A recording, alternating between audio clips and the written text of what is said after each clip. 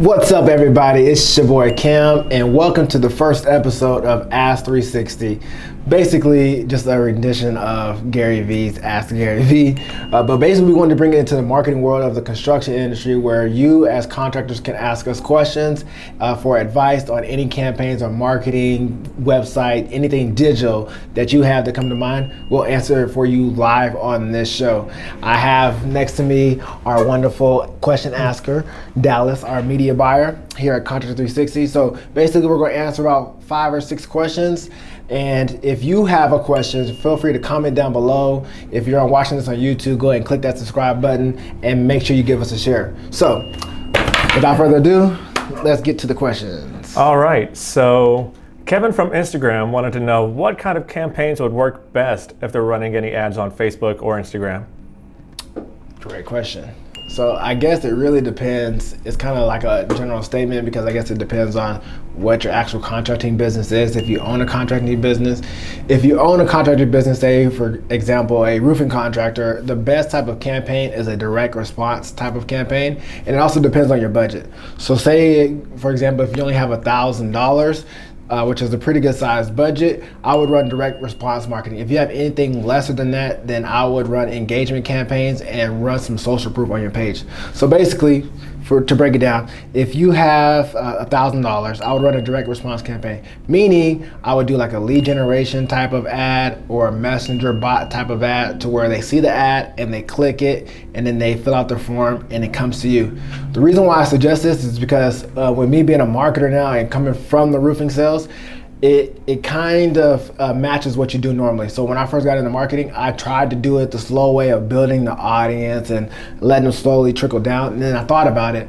When I was selling roofs, the first thing I did is I would knock the door and then I would ask for the business.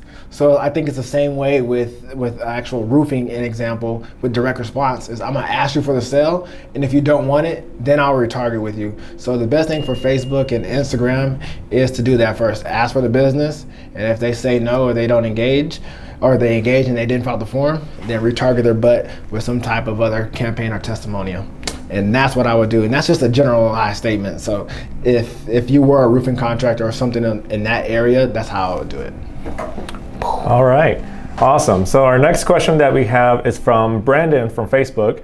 And he wants to know, is it worth it to run any ads or any kind of videos on YouTube?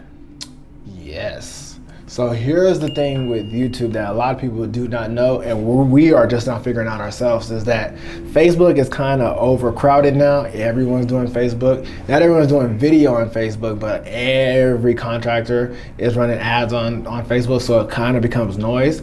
Versus on YouTube, it's like a blue ocean. There's no big sharks in tearing up the ocean yet, so it's like wide open. So if you haven't tried YouTube, it's a lot cheaper.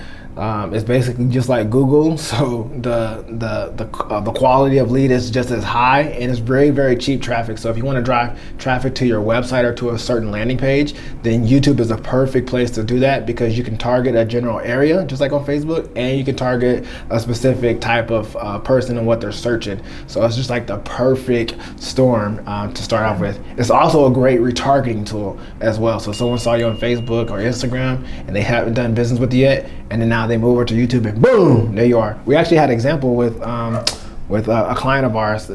They had someone that they were trying to do business with, and they hadn't talked to him in a long time.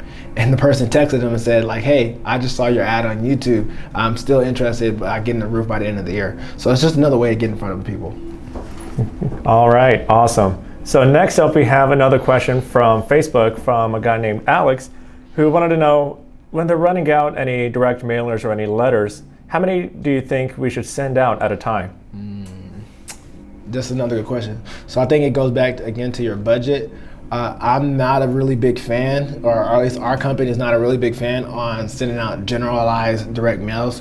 What I mean by that is a lot of companies will send out, if they're just doing like flyers, they'll put them in the USPS like model where they'll put it in every mailbox in a generalized area, send out a couple of thousand. I'm not a big fan of that because I know with me, with my mail, the first thing I do is I look for the letters, and then anything type of flyers, any type of postcards like that, it goes directly in the trash.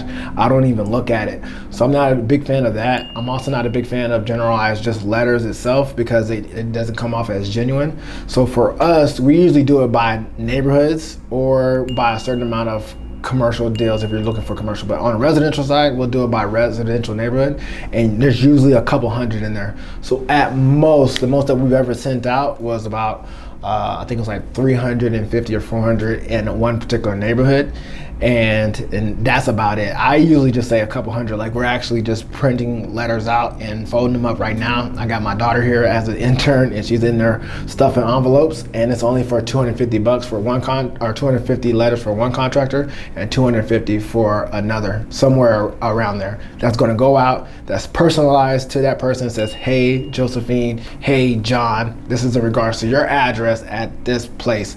So it makes it more personalized and seems a lot more genuine.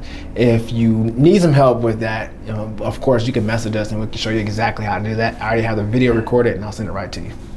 That's what I would do. Sweet. On that same vein of keeping things personalized, Charlie from Instagram wants to know, when they're making a marketing campaign, whether it be on Facebook or on Google, how far out should they make their kind of radius, and how far out should they kind of span out when they make those ads? Great question. Again, goes based on budget. Generally, if you want to have a lot of leads come through fast, then you want to have a larger audience, but be prepared to have a bigger budget. So I would say, like, if you're in a metroplex like Dallas, if you have that audience between 300,000 and 600,000, that'll give you enough space to get a lot of business in through. But the problem is, if you're doing it with the lead generation ad, you might not have the best quality. But if you're looking to do just like traffic ad and just get people to your website, then I would do a larger general sense of 300 to 600,000. If you want good quality leads, then I would start like really short, like 1 to 5 mile radius around the jobs or the areas that you want to work in, because then you have a little bit more sense of where those are going to be coming from, and then you can retarget in a general sense. So if you have like 10 different 1 to 5 mile radiuses in the same area, you'll have a lot better quality of lead, and then you can still take the traffic of the people that interacted with it but didn't fill out the form and put them all in a general audience of retargeting in that same area. So it really just depends on your objective and what you're trying to achieve. If you have a contracting business and you want leads and you do a lead generation ad, small. If you want just traffic to your website and you're trying to test out audience, 300 to 600,000. Gotcha. Good deal. Good deal. So Kevin from Facebook wants to know, when it comes to trying to find kind of like an audience or an area after like a storm hits, is there any kind of app or website that you would probably recommend as far as finding that kind of audience? If they sponsor this video, yes. No, I'm just kidding. So generally, if you're trying to find a storm, is what I think they're trying to say, then you can use anything: interactive hail maps, hail trace, hail recon, which I think is interactive hail maps. There's a lot of them out there. I think hail trace is one of my favorite because it allows you to pull data from it too, depending on what count you have. But there's plenty of them out there. But really, if you, instead of trying to find a storm and be what they call a storm chaser, I would say if you're in that general market of storm chasing, then I would say be a storm catcher and be that go-to person before the storm happens. A lot of people make the mistake of trying to be reactive instead of proactive. And if you just took the time, and if you don't have a storm right now, and you put the generalized ad over all of Dallas-Fort Worth or all of whatever metroplex you're in, and you put $5 a day where you're just in front of people and you're building that audience, then you're building that trust, then that's where I would start, is being proactive versus reactive. But hail trace, hail recon, there's so many of them out there. Just Google it and you'll find what you're looking for. Awesome. And then we have one more from Adam, once again from Facebook, and they're wondering if they're using a marketing, like an outside third-party marketing company, and they're running messenger ads. Should they let the marketing company handle the correspondence afterwards if somebody responds, or should the company themselves, the roofing company, respond to them since they have a little bit more sales experience? So usually a lot of my clients, because we run messenger ads all the time, and they're usually bots, And a lot of times some homeowners don't realize that it's a bot, so they'll still ask a question that the bot is not ready to answer. And our clients do a really good job of responding very quickly because it is their business. A lot of them are attached to their phone, so they'll see it and they'll respond right away. Like, I know a couple of my clients, they do that very, very well, and which is important because the bot isn't perfect, and yeah, we can look at it and fix it for next time for it to respond to that question. But if you have that opportunity, don't wait for the marketing company.